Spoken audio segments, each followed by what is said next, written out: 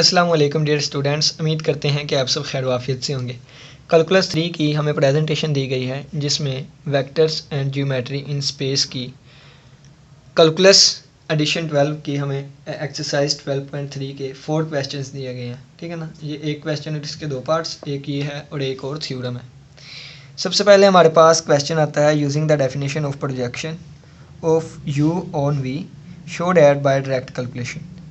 u minus projection of v u on v dot product projection of u on v is equal to 0 हमने proof करना है, और u is equal to projection of u on v plus u minus projection of u on v। ठीक है, ये हमने show करना है। और उसके बाद काउची-स्क्वार्ट्ज़ इनइक्वालिटी हमने देखनी है कि u डॉट v की मैग्नीट्यूड जो है वो लेस देन और इक्वल टू आएगी u मैग्नीट्यूड v मैग्नीट्यूड के। और उन्होंने साथ बताया हुआ है कि u डॉट v किसके इक्वल है, u v cos of theta के। ठीक है, इसके अलावा एक और थ्योरम है, वो हम एक अलग वीडियो में देखेंगे। तो चलिए आइए हम स्टार्ट करते हैं। सबसे पहले using the definition of projection, यानी कि हमें प्रोजेक्शन की डेफिनेशन के बारे में पता होना चाहिए। तो प्रोजेक्शन की डेफिनेशन हम निकाल लेते हैं। तो उसको समझने से पहले हमें जो चीज़ों का पता होना चाहिए वो आपको बता देता हूँ। कि फ़र्ज़ करें कि यहाँ पर हमारे पास कोई एक ऑब्जेक्ट पड़ा हुआ है। ठीक है, यानी कि कोई भी एक बॉडी पड़ी हुई है, तो हम उसको यहाँ से फोर्स लगा के, ये हमने फोर्स लगाई इस सिमत में, तो हमने फोर्स लगा के उसको खींचा। ठीक है, तो इसने कुछ डिस्टेंस तय किया। ठीक है ना, यानी कि इतना उसने डिस्टेंस तय किया। अब एक यहाँ पे दोबारा एक बॉडी रखी है, तो उस पर हमने कुछ फोर्स लगाई और उसने इतना डिस्टेंस तय कर लिया। ठीक है ना, यानी कि जितना यहाँ पे ए से लेके बी तक डिस्टेंस तय किया था, यहाँ भी ए से लेके बी तक डिस्टेंस तय किया। यहाँ पे हमें पता है कि हमने फोर्स लगाई 6 न्यूटन की। ठीक है, 6 न्यूटन की हमने फोर्स लगाई थी। अब ये फोर्स ऊपर को लगाई थी। ठीक है ना, और यहाँ हमने ये फोर्स सीधी लगाई है और इतना ही डिस्टेंस हमने तय किया है। ठीक है ना, यानी कि ये फोर्स हमने ऊपर को लगाई थी 6 न्यूटन की और इसने इतना डिस्टेंस तय कर लिया। अब हमने फोर्स लगाई है, पता नहीं कितनी फोर्स लगाई है, लेकिन अब ये सीधी यहाँ इस तरफ फोर्स लगाई है और हमारे पास उतना ही डिस्टेंस तय किया है। तो हमने मालूम करना है कि इस पे फोर्स कितनी लगी होगी। ठीक है ना, यानी कि अब अगर आप देखें ना एक और छोटी एग्जांपल कि यानी कि ये ऑब्जेक्ट पे अगर हम ऐसे फोर्स लगाएंगे तो ये फोर्स हमारी ज़्यादा होगी और ये फासला कम तय करेगा। ठीक है ना, और जब हम इस तरफ को फोर्स लगाएंगे तो फोर्स हमारी जो है वो कम होगी और फासला ज़्यादा डिस्टेंस तय करेगा। ठीक है ना, यानी कि ऐसे हमारी फोर्स ज़्यादा लगेगी और ऐसे हमारी फोर्स कम लगती है। ठीक है, तो डिस्टेंस सेम है। यहाँ पे फोर्स 6 न्यूटन है, तो यहाँ पे फोर्स कितनी होगी, तो ज़ाहिर सी बात है कि यहाँ हमें फोर्स ज़्यादा लगानी पड़ेगी, क्योंकि हम ऊपर को फोर्स लगा रहे हैं, तो यहाँ पे कम फोर्स लगानी पड़ेगी। यानी कि इस फोर्स का आंसर जो है इस फोर्स से कम आएगा। ठीक है, तो ये फोर्स निकालने के लिए हमें एंगल का पता होना चाहिए। तो ये एंगल हमारे पास कितना है, मिसाल के तौर पे एग्जांपल के तौर पे ले लेते हैं कि 60 डिग्री है, 60 डिग्री एंगल है ये। ठीक है, तो ये फोर्स कैसे निकाली जाती है, ये फोर्स होगी एफ की मैग्नीट्यूड। ठीक है, और यहाँ पे हम क्या लगाएंगे, कोज ऑफ थीटा। ठीक है, फ़र्ज़ करें कि हमने 6 न्यूटन की फोर्स लगाई थी एट 60 के एंगल पे, और ये इसने ए से लेके बी तक डिस्टेंस तय किया। अब हमने ये सीधी फोर्स लगाई है।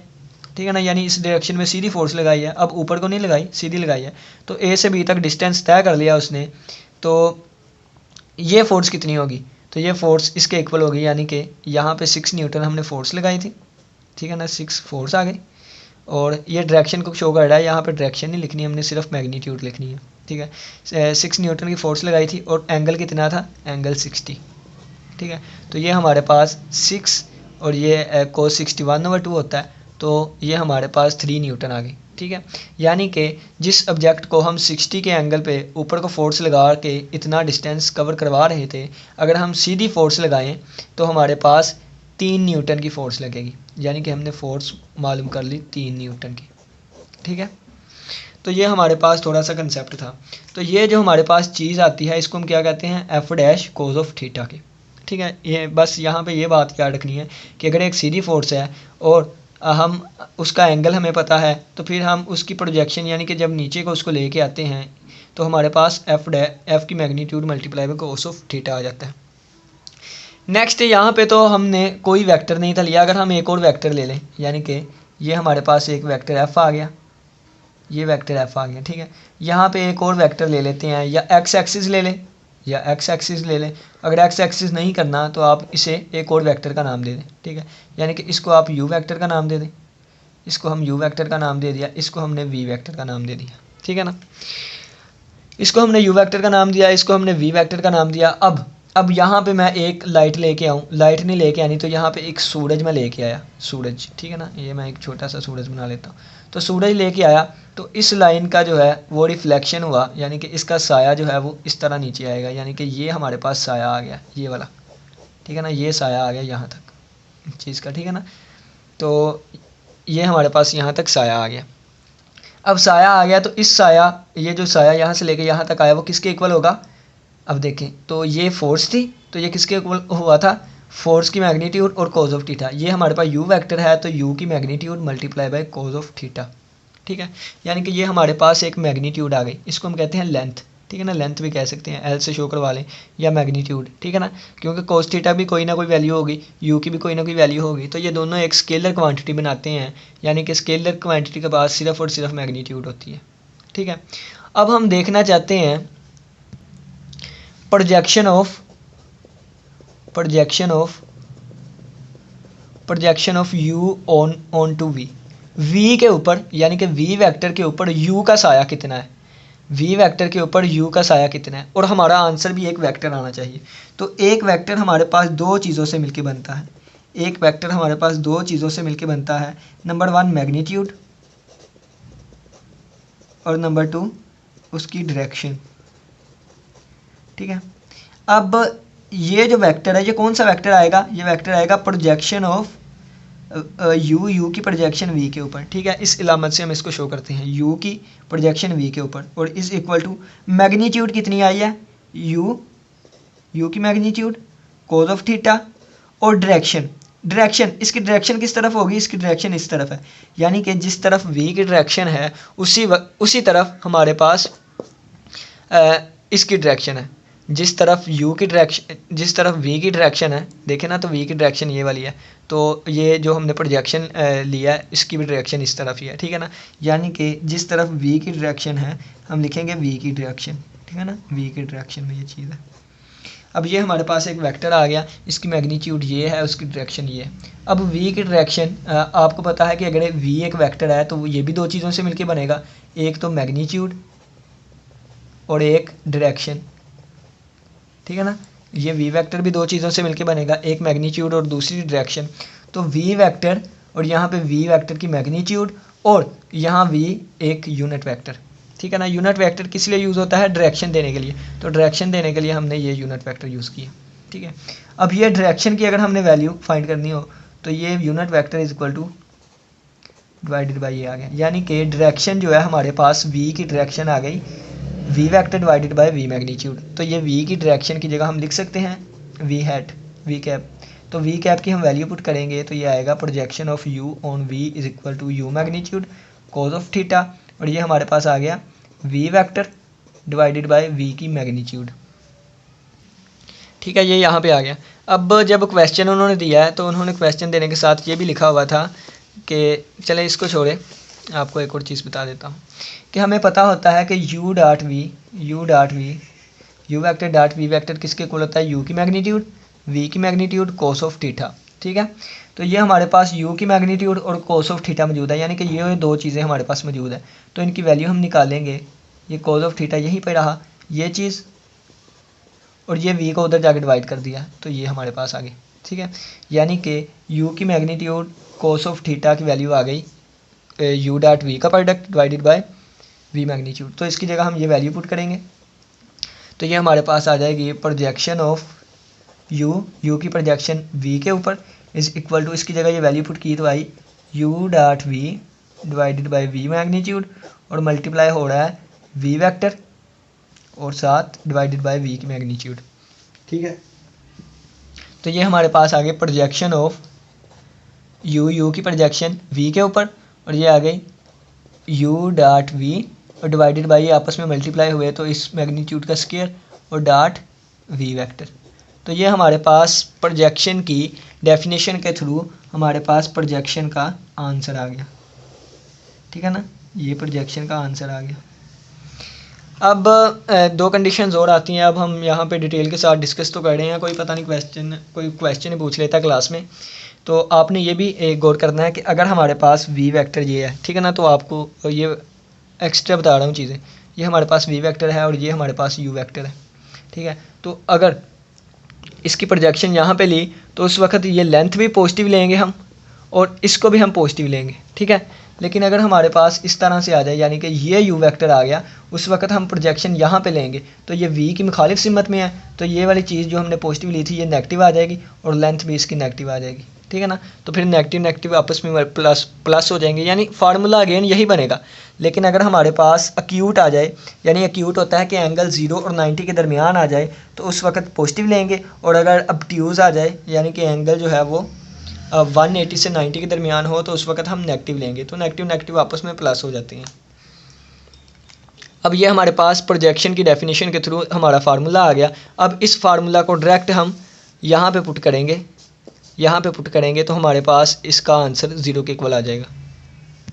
तो चलिए जी इसमें वैल्यूज़ पुट करते हैं और हम इसको शो करवा देते हैं कि ये जो है वो 0 के इक्वल है, ठीक है ना। By taking left hand side, हमने लेफ्ट हैंड साइड ली और यानी कि हम यहाँ पे लिख लेते हैं by taking left hand side, हमने लेफ्ट हैंड साइड ली, वी गेट, हम इससे हासिल करते हैं u minus projection of u onto v dot product projection of u upon v, ठीक है। किसके इक्वल आएगा, u का u वैसे ही रहा, ठीक है ना। तो अगर हम बुक पे देखें तो ये हमारे पास हाईलाइट करके लिखा होता है, तो इसका मतलब है कि ये u वेक्टर है। तो ये u वेक्टर है, तो इसके ऊपर हम ये निशान लगा लेते हैं, ये वाला ये निशान आ गया, ठीक है ना। u वेक्टर माइनस इसकी वैल्यू हम क्या निकाल के आए, u डॉट v और डिवाइडेड बाय v की मैग्नीट्यूड का स्क्वायर और इसके साथ डॉट v वेक्टर, ठीक है। तो ये प्रोजेक्शन इसकी वैल्यू पुट कर दी और अब इसकी वैल्यू पुट करते हैं डॉट u डॉट v और इसके साथ dot v divided by v magnitude का स्क्वायर और ये इस तरह, ठीक है। अब ये वाली जो चीज़ है, ये वाली चीज़ ये एक दफ़ा इसके साथ मल्टीप्लाई होगी और एक दफ़ा इसके साथ मल्टीप्लाई होगी, ठीक है। तो हमने इसको मल्टीप्लाई करवाया तो ये हमारे पास आ गया u मैग्नीट्यूड u और ये आ गया u dot v divided by v magnitude का स्क्वायर और डॉट v, ठीक है। इससे मल्टीप्लाई हो गया। अब इससे मल्टीप्लाई करवाते हैं तो ये आ जाएगा u मैग्नीट्यूड v और ये डिवाइडेड बाय v मैग्नीट्यूड, ये 2 है ये भी 2, यानी कि पहले हम डायरेक्ट ही करवा देते हैं मल्टीप्लाई, ठीक है। तो ये हमने मल्टीप्लाई करवा दिया, ठीक है। अब आपको पता है कि हम लिख सकते हैं a डॉट b या b डॉट a, ठीक है ना। हम ये भी लिख सकते हैं a dot b dot c, इसको हम लिख सकते हैं c dot a dot b, जिस तरह मर्जी आगे पीछे करके लिख लें, ठीक है, हम लिख सकते हैं। तो हमने क्या किया कि ये दोनों आपस में मल्टीप्लाई हो रहे हैं और ये दोनों भी आपस में, तो हम u डॉट v को पहले लिख लेते हैं, u डॉट v को पहले लिख लिया और यानी इसको इसके साथ पहले लिख लिया। अब ये बाद वाला ये अंदर वाला, ठीक है, और माइनस माइनस, अब ये चीज़ और ये चीज़ स्क्वायर बन जाएगा, यानी कि ये इसका स्क्वायर बन गया और ये v और v मिलके v डॉट v बन गया, ठीक है ना। तो ये हमारे पास क्वेश्चन सॉल्व हो रहा है। अब नेक्स्ट देखें तो हमारे पास आएगा ये ऊपर वाले का स्क्वायर बन गया, यानी कि u magnitude dot v magnitude और इसका स्क्वायर बन गया ऊपर वाला और नीचे वाला v मैग्नीट्यूड का स्क्वायर वैसे ही रहा, माइनस अब ये ऊपर वाले का स्क्वायर हमने लहदा कर दिया, ऊपर वाले का स्क्वायर लहदा कर दिया। अब ये स्क्वायर यानी कि पावर 4 हो गई, ठीक है ना, पावर 4 हो गई। 4 नहीं करनी तो हम इसको 2 दफ़ा ही लिख लेते हैं, ठीक है ना। तो ये हमने 2 दफ़ा लिख लिया। अब v डॉट v लिखा हुआ है, v डॉट v, इसका फार्मूला ओपन करें तो v magnitude cos of theta, ठीक है। यानी कि अगर ये u है ये v है तो u v cos of theta, ये डॉट प्रोडक्ट की हमने डेफिनेशन के थ्रू इसको ओपन किया। तो v वेक्टर है, ये भी v वेक्टर है, दोनों एक ही डायरेक्शन में होंगे, यानी कि एक दूसरे के पैरेलल होंगे। अगर ये v वेक्टर है तो यही v वेक्टर होगा। एंगल कितना होगा, तो इनके दरमियान एंगल 0 डिग्री होगा। तो कोस 0 1 के इक्वल होता है, यानी कि v डॉट v का आंसर कितना आया, v मैग्नीट्यूड और आपस में मल्टीप्लाई होकर ये v मैग्नीट्यूड का स्क्वायर आएगा, ठीक है। तो ये आ गया v मैग्नीट्यूड का स्क्वायर। अब ये एक इससे कैंसिल आउट हो गया, ठीक है। अब ये जब कैंसिल आउट हुआ तो पीछे हमारे पास बचा u magnitude dot v magnitude का square minus u dot v और इसका square divided by v magnitude का स्क्वायर। अब ये देखें डॉट प्रोडक्ट का आंसर हमेशा स्केलर आता है, ठीक है। स्केलर का स्क्वायर डिवाइडेड बाय v की मैग्नीट्यूड का स्क्वायर, स्केलर का स्क्वायर डिवाइडेड बाय v की मैग्नीट्यूड का स्क्वायर, यानी कि इसका भी आंसर स्केलर, इसका भी आंसर स्केलर, इसका भी आंसर वही नंबर आएगा, इसका भी आंसर वही नंबर आएगा, तो दोनों आपस में कैंसिल आउट होकर आंसर 0 आ गया। तो हमने शो करवा दिया, यही हमने शो करवाना था। तो ये हमारे पास ये देखें, ये शो करवा दिया हमने कि left hand side, hence we proved that, proved नहीं शो कह सकते हैं क्योंकि हमने कौन सा घर बैठ के प्रूव किया। We show that left hand side is equal to right hand side, हमने शो करवाया, ये कौन सा हमने खुद प्रूव याद किया, ठीक है ना। तो ये हमारे पास left hand side equal right hand side के आगे। अब दूसरा क्वेश्चन अगर हम देखें तो दूसरा क्वेश्चन हमारे पास आता है u इज इक्वल टू कौन सा था question, u is equal to projection of v u plus, ठीक है, यानी कि नेक्स्ट क्वेश्चन आएगा पर u is equal to projection of u on v और plus u minus projection of u upon v, ठीक है। तो यहाँ पे भी यही हम करेंगे, यानी कि ये मुझे लगता नहीं कि मैम ने हमें दिया होगा क्वेश्चन, लेकिन दे दिया है तो इसका यही होगा प्लस u और ये माइनस प्रोजेक्शन ऑफ vu, इसकी भी वैल्यू वही है, इसकी भी वैल्यू ये कैंसिल आउट हो गया, दोबारा u आ गया। लेकिन इतना ईजी मैम क्वेश्चन दे नहीं थी सकती, तो चलो खैर है, चलो मैम ने दे दिया। लेकिन इससे एक और क्वेश्चन निकाला जा सकता है, वो ये वाला क्वेश्चन था कि अगर हम इसकी वैल्यू पुट करें तो इसकी वैल्यू आएगी u dot v over v की मैग्नीट्यूड का स्क्वायर और डॉट v, और इसकी प्लस ये u माइनस इसकी value u dot v divided by v magnitude का स्क्वायर और साथ v मैग्नीट्यूड, ठीक है। अब यहाँ पे ये क्वेश्चन आता है कि ये जो है ये वाली चीज़, यानी कि यहाँ पे अगर मैं मार्केट से लिखूँ तो ये वाली चीज़ हमारे पास पैरेलल टू v होगी, ये v के पैरेलल होगी, और ये वाली जो चीज़ है ये ऑर्थोगोनल टू v होगी, ऑर्थोगोनल यानी कि परपेंडिकुलर टू p होगी, v होगी। अब ये कैसे होगी, हम इसको तो सब्र करते हैं, ठीक है ना। यानी कि देखें कि यहाँ पे समझते हैं, ये हमारे पास u वेक्टर था, ये हमारे पास v वेक्टर था, और ये हमने इसकी प्रोजेक्शन ली और ये हमारे पास आ गया projection of u upon v, ठीक है ना, ये वाला वेक्टर आ गया। अब ये वाला वेक्टर जो है, ये वाला वेक्टर यानी कि इसकी वैल्यू क्या है u dot v divided by v magnitude का स्क्वायर और ये साथ मल्टीप्लाई हो रहा है डॉट v, यानी कि ये वाला जो वेक्टर है ये वाला इस पूरे वेक्टर के पैरेलल है, यानी कि एक ये वेक्टर है और दूसरा ये वाला, ये v वाला है, ये प्रोजेक्शन वाला है, दोनों आपस में पैरेलल है। तो ये तो हमारा प्रूव हो गया पैरेलल टू v, यानी कि ये सारी चीज़ पैरेलल टू v है। अब क्वेश्चन यहाँ पे आता है u माइनस ये वाली सारी चीज़ ऑर्थोगोनल है v के। अब यहाँ पे जब मैंने इसको पकड़ा था ना, तो मैंने कहा था कि चलो जी ये हमारे पास v वेक्टर है, ये हमारे पास v की प्रोजेक्शन है, तो माइनस साइन है, तो माइनस साइन इस तरफ होगा, तो ये तो एंटी पैरेलल हो गया। तो इसका क्वेश्चन हम किस तरीके से करेंगे, यानी कि ये तो एंटी पैरेलल आ रहा है, तो ये तो ऑर्थोगोनल लिखा हुआ है। फिर जहन में तरकीब आई कि नहीं, इस तरीके से नहीं, u माइनस ये लिखा हुआ है, u माइनस ये प्रोजेक्शन, ठीक है। तो यानी कि अगर हमारे पास एक u वेक्टर है तो ये हमारे पास v वेक्टर है, ठीक है ना, ये u वेक्टर है, ये v वेक्टर है, तो हम इसको उलट कर देंगे, यानी कि ये हो गया। अब इसकी प्रोजेक्शन लेंगे, जब इसकी प्रोजेक्शन हमने ली तो इसकी प्रोजेक्शन कहाँ पे आई, इसकी प्रोजेक्शन यहाँ पे आएगी, तो ये हमारे पास प्रोजेक्शन वाला वेक्टर आया और ये दोनों v और ये वाला वेक्टर आपस में परपेंडिकुलर है, ठीक है ना। तो v परपेंडिकुलर है प्रोजेक्शन ऑफ इसके, ये ऑर्थोगोनल टू v, ठीक है ना, ये हमने प्रूव कर दिया। अब नेक्स्ट टाइम बाकी क्वेश्चन देखते हैं स्क्वाड्स इनइक्वालिटी के बारे में। चलिए जी, हमारे पास नेक्स्ट क्वेश्चन आ गया ये वाला, कोची स्क्वाड्स इनइक्वालिटी। इसमें कहा गया है कि u डॉट v की मैग्नीट्यूड हम लें तो ये लेस देन इक्वल टू होगी u मैग्नीट्यूड v मैग्नीट्यूड के, जहाँ पे हमारे पास u डॉट v इक्वल है u magnitude v magnitude cos of theta, ठीक है। तो यहाँ पे हम ये सारी चीज़ लिख लेते हैं, यानी कि by taking left hand side, यानी दोनों इकट्ठे को लेके चलते हैं। तो ये u डॉट v की जगह हमने ये वाला सारा लिख दिया, यानी कि u डॉट v की जगह u magnitude v magnitude cos of theta और ये सारी चीज़ वैसे ही लिख दी, ठीक है। अब देखें तो u अगर हमारे पास नेगेटिव भी होगा तो ये मैग्नीट्यूड लगी हुई है वो इसे पॉजिटिव कर देगा, v नेगेटिव भी होगा मैग्नीट्यूड लगी है पॉजिटिव कर देगा। तो इसको हमने मैग्नीट्यूड से बाहर निकाल लिया, यानी ये बड़ी मैग्नीट्यूड से बाहर निकाल लिया, बाकी क्या बचा, कोज ऑफ थीटा की मैग्नीट्यूड बच गई।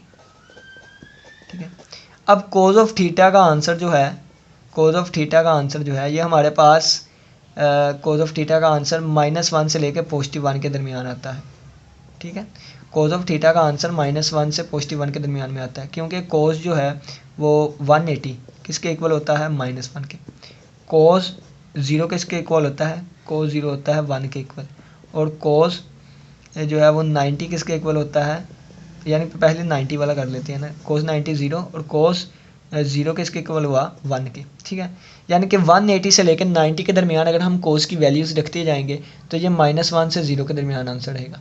अगर हम 0 से 90 के दरमियान कोज में वैल्यूज़ रखते जाएंगे तो इसका आंसर 0 से 1 के दरमियान ही होगा। ठीक है, यानी कि कोज का आंसर -1 से +1 के दरमियान ही रहेगा। लेकिन हाँ चलो जी, इसका आंसर कोज थीटा का आंसर -1 से +1 के दरमियान आंसर रहा।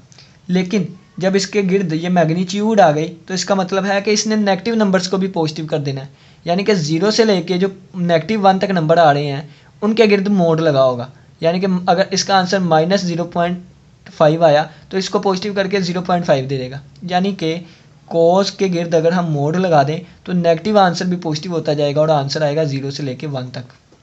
ठीक है, जब उसके गिर्द मोड नहीं लगाया तो ये -1 से +1, जब मोड लगा दिया तो नेगेटिव वैल्यूज़ भी पॉजिटिव हो जाएंगी और आंसर 0 से लेके 1 तक आएगा। ठीक है ना, अब इसका आंसर 0 से लेके 1 तक आ सकता है, इसका आंसर 0 से लेके 1 तक आ सकता है। ठीक है, अब एक छोटी सी यहाँ पे कंसेप्ट की बात है, वो समझ लीजिएगा। इसको ना ठीक करते, चलिए जी ठीक हो गया। अब देखिए 5 का स्क्वायर लिया हमने, आंसर आया 25। ठीक है ना, 5 का स्क्वायर लिया तो 25 आ गया। 6 को 7 से मल्टीप्लाई किया तो 42। ठीक है, 9 को 11 से मल्टीप्लाई किया 99। ठीक है, यानी कि एक नंबर को जब दूसरे नंबर से मल्टीप्लाई किया जाता है तो आंसर बड़ा आता है, यानी 5 को 5 से मल्टीप्लाई किया 25। लेकिन 0 और 1 के दरमियान जो नंबर्स आते हैं, 0 और 1 के दरमियान, इनके दरमियान एक ऐसी खसूसियात पाई जाती है कि अगर हम किसी नंबर से इनको मल्टीप्लाई करेंगे तो आंसर मज़ीद छोटा आएगा। एग्जाम्पल के तौर पे 0.5 का हम स्क्वायर लें, आंसर तो बड़ा आना चाहिए लेकिन आंसर 0.25 आया, जो कि 0.5 से छोटा है, 0.25 आया। हालांकि स्क्वायर लेके हमारा आंसर बड़ा आना चाहिए था लेकिन आंसर छोटा आ गया। एक और एग्जांपल लेते हैं, एग्जांपल ये कि 6 को मल्टीप्लाई किया हमने 0.2 से। ठीक है, 6 को 0.5 कर लें, 6 को मल्टीप्लाई किया 0.5 से तो आंसर कितना आया, 3 आया, जो कि 6 से छोटा है। हालांकि मल्टीप्लाई करें दो नंबर्स को तो आंसर बड़ा आना चाहिए था, लेकिन जब हमने यानी कि एक नंबर को 0 से 1 तक के नंबर के साथ मल्टीप्लाई किया तो आंसर छोटा होता गया। और कोस हमारे पास, कोस थीटा का आंसर कितना है, 0 से लेके 1 तक।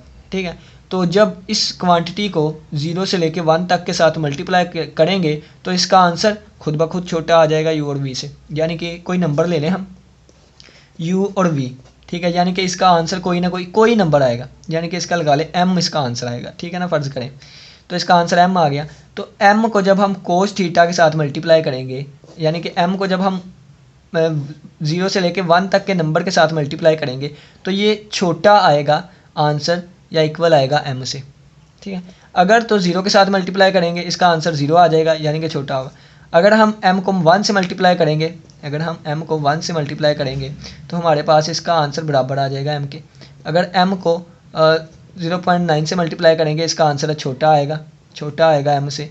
अगर m को हम इस तरह 0 से मल्टीप्लाई करेंगे तो इसका आंसर फिर छोटा आएगा m से। ठीक है ना, यानी कि 0 छोटा है m से। तो यानी कि m को जब 0 से लेके 1 तक के किसी नंबर से मल्टीप्लाई करेंगे तो इसका answer less than equal to m आएगा। ठीक हो गया, समझ आ गई बात।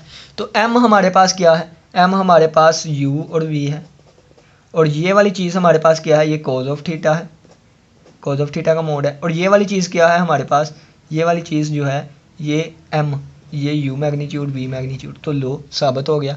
यानी कि कोज ऑफ थीटा का आंसर 0 से 1 के दरमियान है, इस वजह से जब ये इसके साथ मल्टीप्लाई होगा तो इसका आंसर ये आ जाएगा, इससे छोटा ही रहेगा। ठीक है, अब क्वेश्चन का बी पार्ट है और वो कहता है कि u v यानी कि u dot v less than equal to u magnitude v magnitude लिखा हुआ है, तो ये आपस में ये इक्वल भी लिखा हुआ है, यानी कि इक्वल भी आंसर आ सकता है। तो इक्वल किस वक्त आएगा, ठीक है। अब हमने बताना है कि ये आपस में इक्वल कैसे आएगा। तो इसका फार्मूला ओपन किया, u magnitude v magnitude cos of theta, इसके गिर्द मैग्नीट्यूड, और ये लेस देन u और v। अगर हमारे पास कोस थीटा का आंसर 1 आए, यानी कि जब थीटा इज इक्वल टू 0 हो जाए तो कोस थीटा किसके इक्वल आएगा, 1 के। तो कोस थीटा यानी कि जब एंगल 0 डिग्री हो तो कोस थीटा हमारे पास 1 आएगा, तो 1 आएगा तो इसकी वैल्यू 1, तो ये हमारे पास इक्वल हो जाएगा, ठीक है। यानी कि जब कोस थीटा 1 होगा उस वक्त हमारे पास ये इक्वालिटी जो है ये आपस में इक्वल हो जाएगी, ठीक है ना। यानी कि फिर u डॉट v जो है वो इक्वल हो जाएगी u मैग्नीट्यूड v मैग्नीट्यूड के। तो ये हमारे पास कॉची-स्क्वार्ट्ज इनइक्वालिटी थी। नेक्स्ट हमारे पास एक और थ्योरम आ जाता है कि अगर हमारे पास एक पैरेललोग्राम है और उसके डायगोनल्स की लेंथ बराबर हो गई है तो वो एक रेक्टेंगल बन जाती है, और रेक्टेंगल की निशानी होती है कि उसके जो एंगल्स होते हैं वो 90 की होती हैं, ठीक है ना। तो यहाँ पे एक लेक्चर की छोटी सी समरी देख लेते हैं ताकि हमें पता चले हम क्या पढ़ के आए हैं, ठीक है। तो छोटी सी हम समरी देख लें। तो ये वाले 3 क्वेश्चंस थे, बाकी एक क्वेश्चन रह गया वो हम बाद में करेंगे। तो ये वाला था, आपको बताया कि अगर हम फोर्स ऊपर को लगाते हैं, इतना डिस्टेंस कवर होता है, तो इतना ही डिस्टेंस कवर करना हो, इस तरफ से फोर्स लगानी हो तो साफ नज़र आता है कि फोर्स कम लगेगी, ठीक है। और इसको हम कहते हैं ये क्या होगी, फोर्स निकालने के लिए एफ मोड यानी F magnitude cos of theta, ठीक है। अब देखें कि अगर हम एक और वेक्टर ले लें और इसकी प्रोजेक्शन यानी कि इस साया जो है इस पे गिराया है तो इसकी डायरेक्शन क्या होगी, v की डायरेक्शन, और इसकी मैग्नीट्यूड क्या होगी जो इसकी थी, ठीक है। तो यहाँ से हमारे पास vector is equal magnitude multiply direction, magnitude ये है, डायरेक्शन ये है, इसको सोल्व किया तो हमने ये फार्मूला निकाल लिया, ठीक है। और फार्मूला निकालने के बाद अगर एंगल 0 से 90 के दरमियान है तो पॉजिटिव लेंगे दोनों चीज़ें, अगर एंगल 90 से 180 के दरमियान है तो दोनों चीज़ें नेगेटिव लेंगे। नेक्स्ट हमने ये प्रूव करना था, तो हमने प्रोजेक्शन ऑफ u और v की वैल्यू पुट की, यानी कि projection of u upon v की दोनों तरफ वैल्यूज़ पुट की। तो इनको सोल्व किया, सोल्व करने के बाद करते करते करते इस तरह हमारे पास 0 आ गया, ये हमने प्रूव कर दिया। अब नेक्स्ट हमारे पास u is equal to projection of u, ये प्रूव करना था। तो ये मुझे नहीं लगता मैम ने ये क्वेश्चन दिया होगा, लेकिन अगर दे दिया है तो फिर हम इसको इस तरीके से भी कर सकते हैं कि ये प्रूव कर सकते हैं ये पैरेलल टू v है और ये ऑर्थोगोनल टू v है, ठीक है। और नेक्स्ट हमारे पास ये तीसरा क्वेश्चन था जिसमें हमने कॉची-स्क्वार्ट्ज इनइक्वालिटी प्रूव करनी थी। तो कोस थीटा का आंसर 0 से 1 के दरमियान होगा, इस वजह से ये कंडीशन हमारी फुलफिल हो जाती है, ठीक है। तो ये हमारा आज प्रूव हो गया। उम्मीद करते हैं कि आपको समझ आई होगी। कोई भी क्वेश्चन हुआ तो ग्रुप में पूछ सकते हैं जो कि हमने प्रेजेंटेशन के लिए बनाया हुआ है। इसी के साथ इजाज़त दीजिए। अल्लाह हाफिज़, अल्लाह निगहबान।